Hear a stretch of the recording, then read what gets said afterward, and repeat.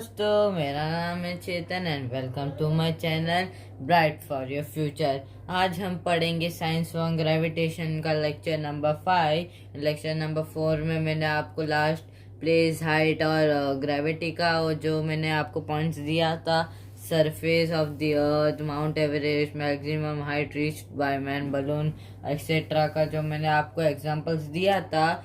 तो अभी मैं उसके आगे से कंटिन्यू कर रहा हूँ। जो सी दिख रहा है ना, चेंजेस विद डेप्थ, उधर से लेके मैं अगले पेज तक कंटिन्यू करूँगा लेक्चर नंबर 5 में। तो चलो शुरू होते हैं। अभी इधर आता हूँ तो इधर क्या दिखाई दे रहा है, सी चेंज विद डेप्थ। ठीक है, ये पहले पढ़ते हैं, उसके बाद बता देते हैं।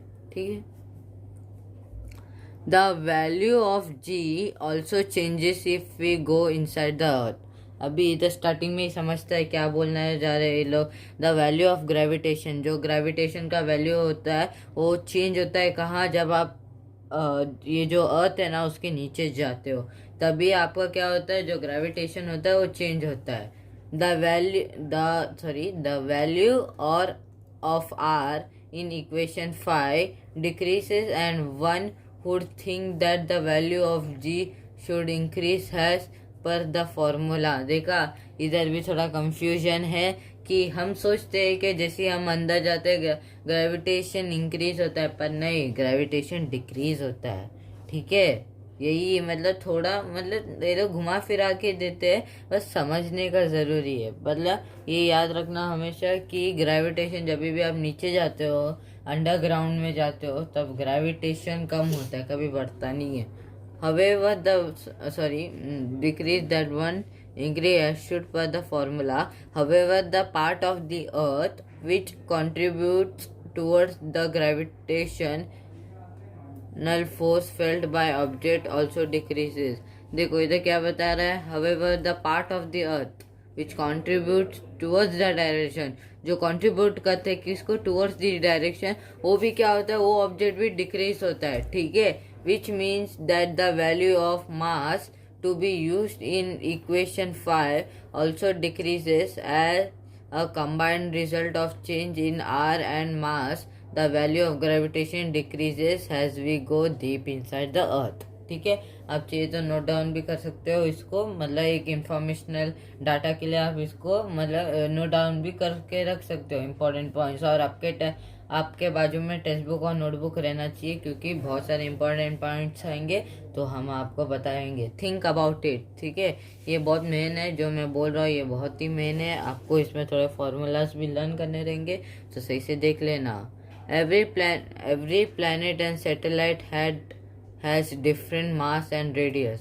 every planet and satellite, अभी जो प्लैनेट रहता है, प्लैनेट एग्जांपल तो देने की ज़रूरत नहीं है, वैसे भी दे देता हूँ, जैसे कि मर्क्यूरी, वीनस, अर्थ, मार्स, जुपिटर, ये जो प्लूटो, सैटर्न, नेपच्यून जो भी रहते हैं ना, यूरेनस, वो सब क्या रहते हैं, वो एक प्लैनेट है। और उनके सैटेलाइट, हमारा क्या नेचुरल सैटेलाइट क्या मून है, वैसे उनका जो सैटेलाइट रहता है उनका क्या रहता है, मास और रेडियस अलग ही रहता है। आप देख सकते हो, जैसे जुपिटर सबसे जो हमारे सोलर सिस्टम में जुपिटर सबसे बिगेस्ट प्लैनेट है, और अर्थ को कंपेयर करेगा तो क्या उसका मास अलग है, उसका रेडियस अलग है। ठीक है, वैसे होता है।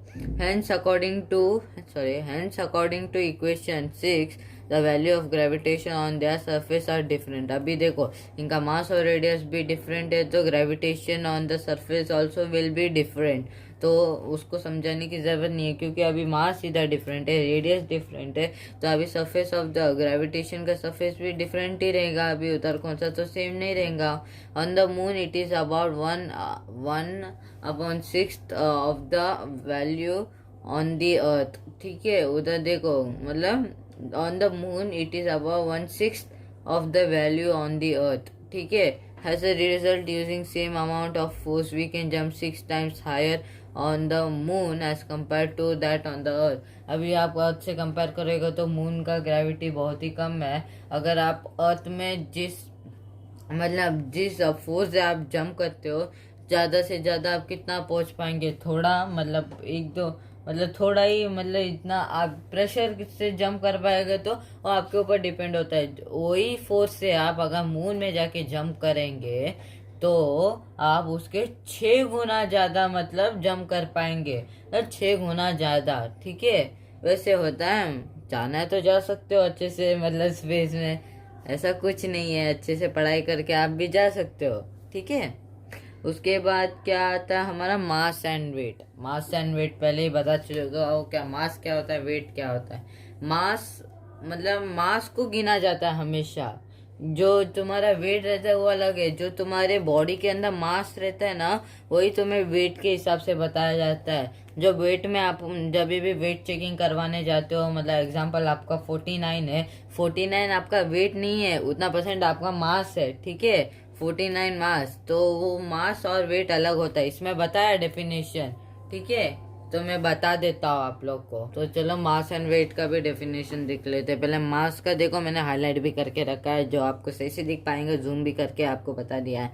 मास, मास क्या होता है, mass is the amount of matter present in the object. मैंने पहले ही बोल चुका हूँ। मास क्या होता है, जो आपके अंदर जितना मैटर प्रेजेंट होता है ना, वही आपका मास रहता है, वही आपका रियल वेट रहता है। The SI unit of the mass is KG. ये क्वेश्चन पूछा जाएगा, ज्यादा से ज्यादा फिल इन द ब्लैंक्स में पूछा जाता है। और मास इज एन स्केलर क्वांटिटी। ठीक है, स्केलर क्वांटिटी है, वेक्टर क्वांटिटी नहीं है।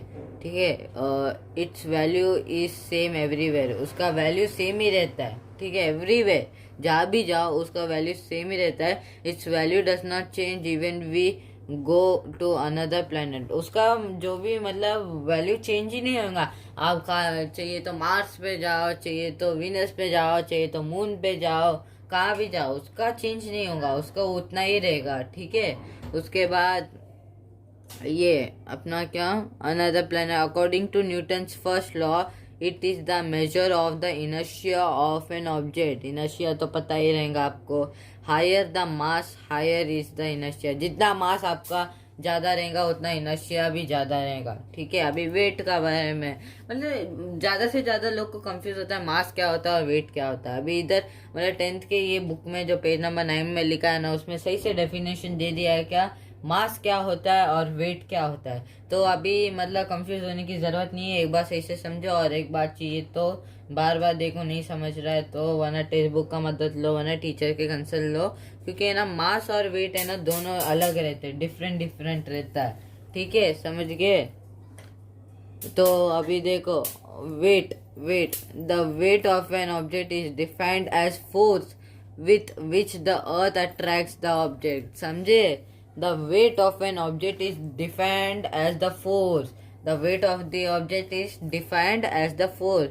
वेट ऑफ द ऑब्जेक्ट क्या होता है, defined as the force with which the earth attract the object, जिससे अर्थ अपने पास अट्रैक्ट करता है। द फोर्स इज आपको पता है, on an object, the force on an object of mass m on the surface of the earth can be written using equation number 4. Therefore, यही मैं बोल रहा था। Therefore, weight is equal to F mass multiply by gravity is equal to gravity is equal to means G is equal to gm upon r square। तो यही सबसे main formula है। अगर आप ये सीखेंगे तो आपको कौन सा भी क्वेश्चन दे तो आप इजीली सॉल्व कर पाएंगे। ठीक है, अभी बढ़ते हैं आगे की तरफ। तो दोस्तों देख लेते, तो वेट का और थोड़ा बाकी है। Weight being a force in its SI unit is newton. Force का एसआई यूनिट क्या है, वेट में क्या है, मतलब न्यूटन है। Also the weight being a force is a vector quantity. देखा इधर फर्क पता चला, force is a vector quantity and mass is an scalar quantity. तो इधर ही डिफरेंस पता चलता है, दोनों का अलग है। And its direction is towards the centre of the अर्थ। और इसका डायरेक्शन क्या है, सेंटर ऑफ द अर्थ, जो हम लोग ने पहले लेक्चर में ही देख लिया है। As the value of g is not same everywhere, the weight of an object changes from place to place through its mass is constant everywhere. Mass constant रहता है पर वेट कांस्टेंट नहीं रहता। अगर आपका वेट अर्थ पे है, अगर आपका वेट अर्थ पे 49 रहेगा, तो आपका वेट मून पे अलग रहेगा, मास पे अलग रहेगा, पर मास एक ही रहेगा। ठीक है, अभी ये जो है ना, ये जो ग्रीन बॉक्स में जो एग्जांपल है ना, ये जो है ना, ये वाला वेट का फॉर्मूला उससे ही बेस्ड है। तो ये आप खुद कर लेना। ठीक है, क्योंकि ये, और मैंने बताया भी अभी, ये इधर से देख के भी आप इसको सॉल्व कर सकते हो और ये बहुत इजी है। ज़्यादा से ज़्यादा हिंट इसमें दे दिया है तो आपको ज़्यादा टाइम भी नहीं लगेगा और आप आसानी से कर पाएंगे। तो बढ़ते हैं हमारे नेक्स्ट पेज की ओर। तो दोस्तों हमारा ये दूसरा टॉपिक है फ्री फॉल। अभी मैं फ्री फॉल में डायरेक्ट क्यों आया पता है, क्योंकि है ना उधर है ना जो पीछे जो सॉल्व एग्जाम्पल है ना वो स्टेप बाय स्टेपली सॉल्व है। ठीक है, ऐसा नहीं कि उन लोग ने एक ये भी नहीं छोड़ा है, मतलब उन लोग ने अच्छे से सॉल्व करके बता दिया है तो उसको ज़्यादा बताने की ज़रूरत भी नहीं है और समझने लायक भी है। इसलिए ना मैं ना ज़्यादा ये सॉल्व नहीं किया, इसलिए मैं डायरेक्ट आ गया अपने फ्री फॉल में। और फ्री फॉल है ना सबसे इजी कॉन्सेप्ट है। ये जो पूरे होल चैप्टर है ना, जो जितना भी हम लोग ने पढ़े है ना, इसमें से सबसे इजी कॉन्सेप्ट बोलेगा तो सिर्फ एक ही है, वो है अपना फ्री फॉल। ठीक है, तो उसको भी आज कंप्लीट करके लेक्चर को इधर ही समाप्त करते हैं। तो पहले फ्री फॉल होता क्या है हम लोग वो पढ़ते हैं। We know that the force of gravity due to Earth acts on each and every object. Okay, when we were holding the stone in our hand, जब हम हमारे हाथ में पत्थर पकड़े थे, the stone was experiencing this force, but it was balanced by a force. It was balanced by a force. वो किसी force से balance हो रहा था that we were applying on it in the opposite direction. As a result, the stone remained at rest. Okay, once we release the stone from our hand, the only force that whenever an object moves under the influence of the gravity alone, it is said to be object is falling freely. तो इतना सब पढ़ाएगा तो आपको कुछ समझने नहीं आएंगे, इसलिए आपको एक एग्जांपल दे देता हूँ जिससे आपको अच्छे से समझने आ जाएगा। तो वो एग्जांपल से आपको और इजीली समझ में आएगा क्या टोटली फ्री फॉल होता क्या है। ठीक है, तो मैं बता देता हूँ। तो दोस्तों देखो, मैं एग्जैक्टली बताता हूँ आपको ये फ्री फॉल होता क्या है। अभी देखो, आपके बिल्डिंग में चाहिए तो आप ये एक्सपेरिमेंट को ट्राई कर सकते हो, पर ज़रा देख के करना, क्योंकि थोड़ा नीचे देख के करना, किसको लग भी जाएगा तो तकलीफ आपको ही होएगा। तो क्या करने का, पहले एक बिल्डिंग रहता है, ऑफकोर्स आप बिल्डिंग में रहेगा तो अच्छी बात है। तो बिल्डिंग का जो टेरिस रहता है उसके ऊपर जाने का, और जो बॉल रहता है ना जमीन को, मतलब देखो बॉल, इधर एक पर्सन है, ये बिल्डिंग है, ये पर्सन है, क्या कर रहा है बॉल को है ना सिर्फ ना फोर्स कुछ अप्लाई कर रहा है, बस अपना हाथ से ना वो बॉल को सिर्फ ऐसे छोड़ रहा है, सिर्फ ऐसा बॉल लिया उसने रखा, मतलब टेरिस के ऊपर गया, सब बॉल को सिर्फ छोड़ दिया, बॉल देखो ऐसा, मतलब वो फोर्स से अपना नीचे आ रहा है, उससे क्या बोलते हैं हम लोग फ्री फॉल बोलते हैं। फोर्स, ये फोर्स है, फोर्स के और वेलोसिटी, इनिशियल वेलोसिटी इसका, ऑफ कोर्स फ्री फॉल में इनिशियल वेलोसिटी हमेशा 0 रहता है, और acceleration A is equal to gravity, मतलब ग्रेविटी का क्या है 9.8, तो 9.8 तो आपको 9th में पढ़ाया रहेगा ये न्यूटन के लॉस, एक्सेलरेशन के, Newton first law, second law, third law. चाहिए तो मैं इधर भी इसलिए आपको बढ़ाया रहेगा, अभी तक याद नहीं रहेगा तो इधर मैं लिख के बता दिया हूँ। पहला वाला क्या था, v is equal to U plus A T. ठीक है, दूसरा वाला क्या था, s is equal to U plus U T plus 1.5 A T square, और तीसरा v square is equal to U square plus 2as। ठीक है, अभी इधर सॉल्व कैसे करते हैं। ठीक है, अभी इधर मैं बताता हूँ, चलो आपको है ना इधर बता देता हूँ। v क्या है, वेलोसिटी इज इक्वल टू, मैंने 0 क्यों लिखा है, अभी आप पूछेंगे 0 क्यों लिखे हो।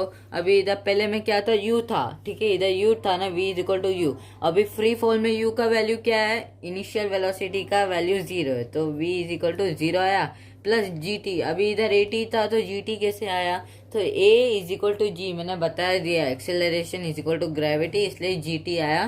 तो s is equal to 0t, अभी इधर ut था, इधर 0t बना दिया वापिस, u का इनिशियल वेलोसिटी का वैल्यू हमेशा 0 है, तो 0t प्लस 1.5 gt स्क्वायर, एक जगह g ऐड करना है, और इधर भी v square is equal to 0 square plus 2gs। ठीक है, इस थर्ड का भी जो है ना, मैंने थर्ड का बताया ना आपको, v is equal to ji T, velocity is equal to gravitation. और क्यों अभी इधर जी टी मैंने लिखा, क्योंकि इधर 0 है, 0 का वैल्यू नहीं रहता, तो इसलिए डायरेक्ट आया जी टी, एस का क्या 1.5 जी टी स्क्वायर, टी अभी 0 का वैल्यू नहीं है तो टी लेके क्या करूं मैं, अभी इधर 0 ही नहीं है तो टी लेके क्या करूँ मैं, तो दोनों कैंसिल हो गए, बचे क्या अपने 1.5 GT स्क्वायर। तो इसका GT स्क्वायर आया, V स्क्वायर का 2GS आया। अभी इधर क्या 2GS कैसे आया, 0 अभी स्क्वायर, अभी 0 का कोई वैल्यू नहीं है तो स्क्वायर भी क्या करेगा, तो उसको भी कैंसिल आउट करके सिर्फ आया 2GS। इसे क्या कहा जाता है, अपना फ्री फॉल। चाहिए तो आप नोट डाउन करके भी, वीडियो पॉज करके आप नोट डाउन करके भी रख सकते हो। इसलिए मैं आपको और एक बेस्ट एग्जांपल देता हूँ जिससे आपको कंप्लीट समझने आएगा।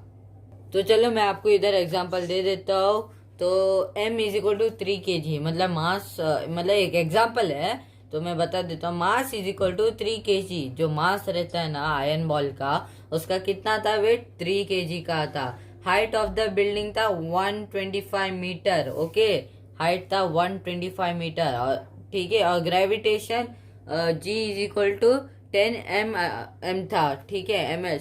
तो time taken by the ball to reach the ground, तो इधर क्या पूछा है, find the time taken by the ball to reach the ground.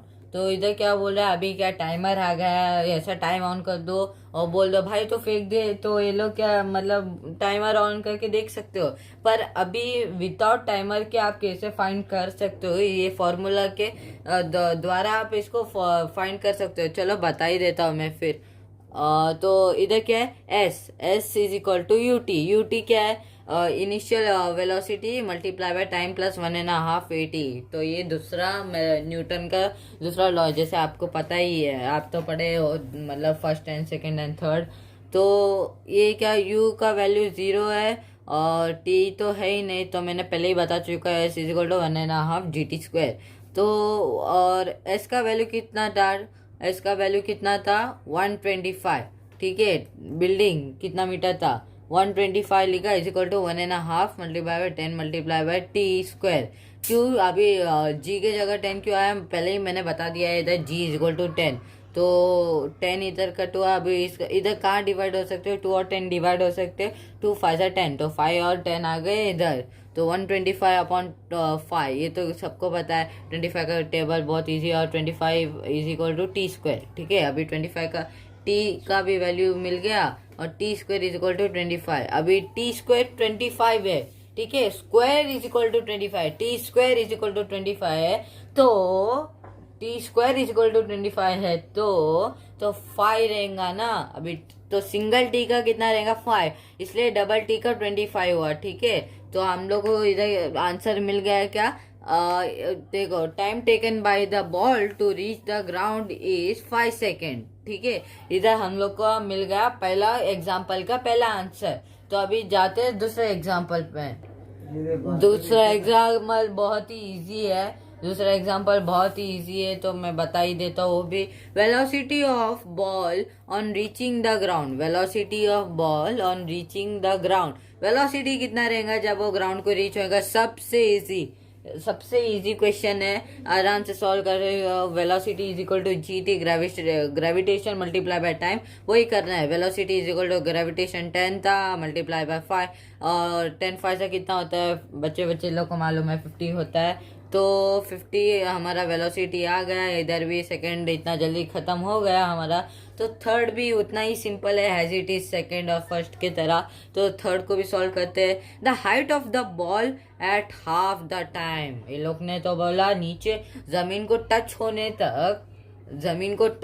तक टाइम कितना लगा बॉल को, तो 5 सेकेंड बोल दिए। तो अभी ये पूछ रहे क्या, जब बॉल आधे में था तब टाइम कितना था। ऐसा करके आप 5 का आधा मत कर देना, तो गलत हो जाएगा। एक फॉर्मूला रहता है तो उसको भी कर देना, ठीक है। इधर s is equal to 1.5 GT square, तो s is equal to 1.5 point, ये जो डॉट रहता है ना, ये डॉट उसके मतलब मल्टीप्लाई होता है। कभी भी याद रखना कि इधर है ना, हमेशा है ना डॉट मतलब अपना मल्टीप्लाई होता है। तो 1.5 multiply by 10 multiply bye 2.5 square, ठीक है, 2.5 स्क्वायर।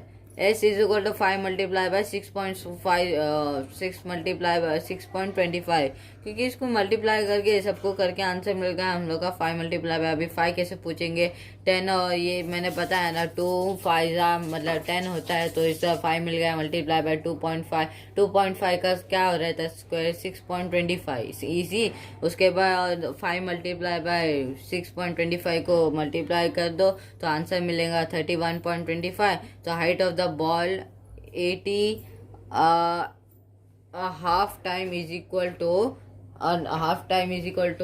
125। रुको मैं बता ही देता हूँ, थोड़ा अगले पेज में लिखा हूँ ना। ये देखो 125 3.1.25 इज इक्वल टू 93.75 मीटर। देखा, हो गया ना आंसर। कितना इजी था और कितना मतलब समझने के भी लायक था। तो आज का लेक्चर इधर ही खत्म होता है। आई होप आपको अच्छे से समझा होगा, ज़्यादा भी स्ट्रेसफुल नहीं है और मतलब आसानी से भी समझ सकते हो। थोड़ा सॉल्व एग्जाम्पल में थोड़ा आपको ध्यान से पढ़ना होगा, बस उसको छोड़ के और कुछ नहीं। आई होप आपको ये वीडियो अच्छा लगा होगा। अगर आपको ये वीडियो अच्छा लगा तो लाइक कीजिएगा, शेयर कीजिएगा, कमेंट कीजिएगा और सब्सक्राइब करना ना भूलिएगा। और ये वीडियो देखने के लिए thank you and good bye.